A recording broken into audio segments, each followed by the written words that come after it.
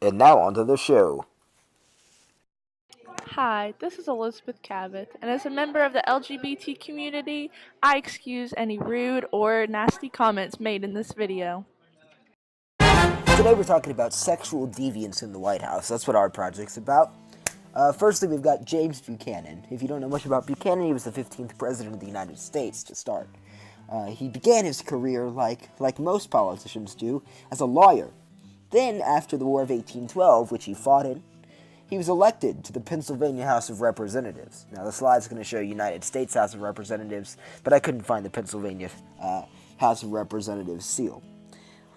Believe it or not, he served only one term in that house, and after that, he just returned to practicing law, as it probably made him a little more money.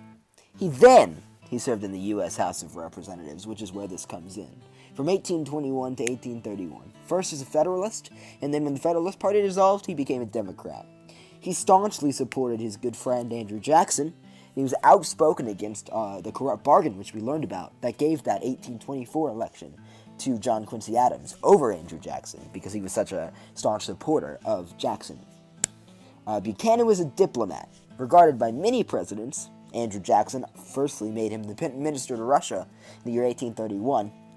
From 1834 to 1840, I believe, 5, he served as the United States Senator from Pennsylvania. And finally, James Knox Polk made him Secretary of State after his tenure in Russia. But the most interesting thing is, that's right, folks, James Buchanan was most likely the first gay president of the United States. That's right. We have correspondences between him and another senator from Alabama. This him by the name of William Rufus King. They met in France, Paris, France, and they shared many correspondences together.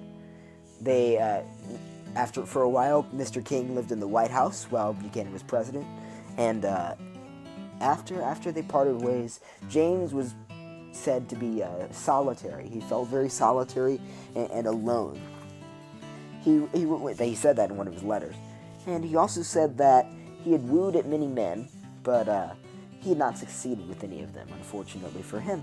After both of them died, it was requested of their nieces that they burn all personal correspondences with each other, which may or may not be because of what those letters contain regarding James and William's sexuality.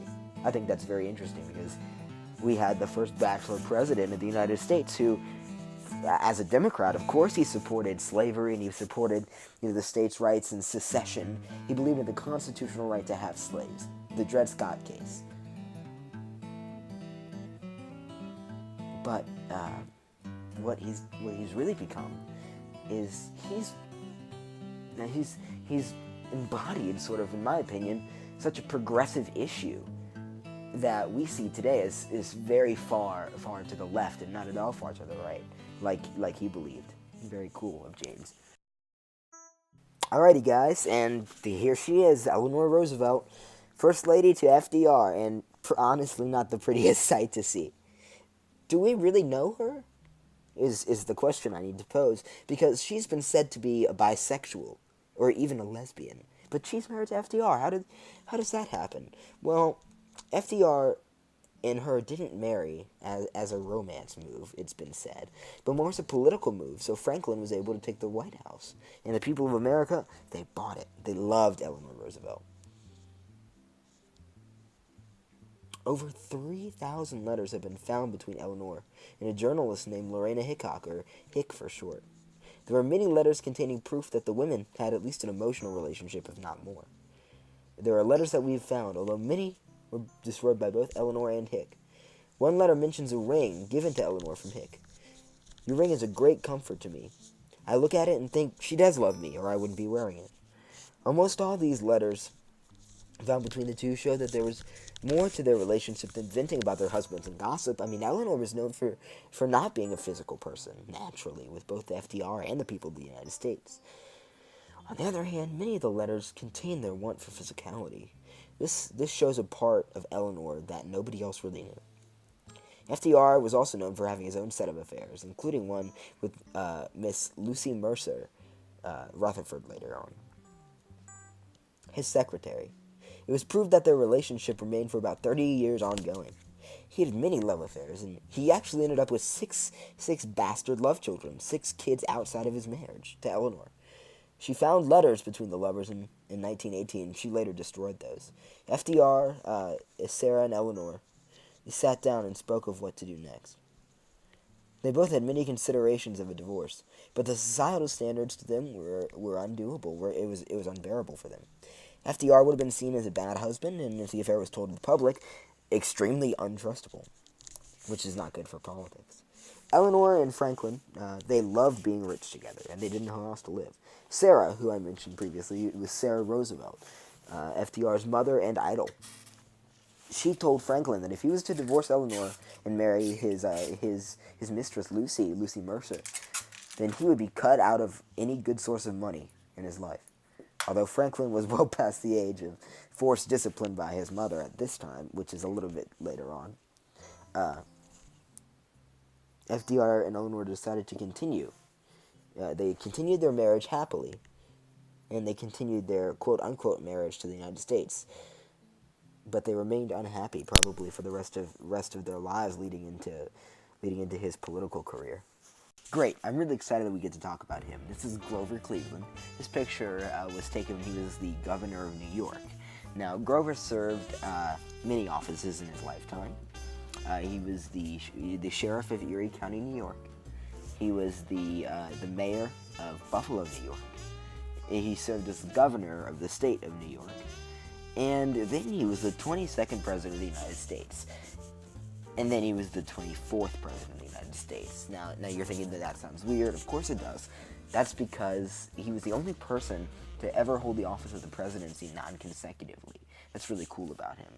Now, Cleveland was a Democrat. Cleveland was a member of the Democratic Party. He was strong on fiscal conservatism, and he and I, personally, we share a lot of the same political beliefs. We're very classically liberal. Classical liberals is what Cleveland was and what I am as well. Now, Mr. Cleveland, let's talk about the election of 1884. This shared similar features to the election of 2016, our most recent presidential election, the most blaring similarity of which lies in the results. And those results of both elections demonstrate the futility of accusing certain men of sexual misconduct as a means to bring their into office with Donald Trump and and with Grover Cleveland, as Mr. Cleveland had a relationship with one Maria Halpin, who gave birth to a son, a love child. This picture is actually from his first term as president. Now, once their child was born, Miss Halpin was admitted to an asylum. The child was adopted. The Democrats knew that they couldn't deny the allegations against Grover, so they did the next best thing. They made him look like a saint. They claimed Grover had accepted responsibility for not using the contraception, and that he provided a good home for his son, and Miss Halpin had been taken care of. However, Miss Halpin had a much more explicit version of the events. Maria claimed that young Grover was adamant about his intentions and constantly harassed Maria to join him for dinner at the Ocean's Dining Hall and Oyster House. And once she finally ended up joining Grover, they went to Maria's boarding house. Maria heavily implied that what took place was not consensual and that he was forceful and violent. Afterwards, Grover threatened to ruin her if she went to the authorities. Maria never wanted to see Cleveland again until about 6 weeks later, because at that point, she'd found out that she was pregnant with his child. Now, once their son was born, Grover did the classy thing and spirited her away to a mental asylum. That's totally the best thing that he would have done in that situation, especially at the time, considering the implications of a man running for political office with a bastard child. Now, once Maria was released, she went on the warpath and attempted to muddy Grover's chances at the presidency. So the Republicans caught wind of this infidelity. They created this catchy chant. So a member of the GOP would shout, pretending to be his son, "Ma, Ma, where's my pa?" And then the opposition would declare, the Democrats, that is, they would declare in clever and fun, "Gone to the White House, ha ha ha." So, "Ma, Ma, where's my pa? Gone to the White House, ha ha ha." Eventually, this election went on. Grover became the 26th president of the United States, and The Bachelor at the time would tie the knot with Francis Folsom, Francis Cleveland, Maria was defeated, and she would go on to live a quiet life. She died in the year 1902. The moral of this story, it's quite simple. Make money, respect women, and you can always win a political race if you have a catchy slogan, no matter what you have done sexually deviant in the past. That's it for this. I hope you guys enjoyed. Just make sure, here's our works cited flashing across the screen right now. And it was myself, Emma Maxwell, Elizabeth Cabot, and Tanner Smith. Thank you. Thank you so much. Lustigermann!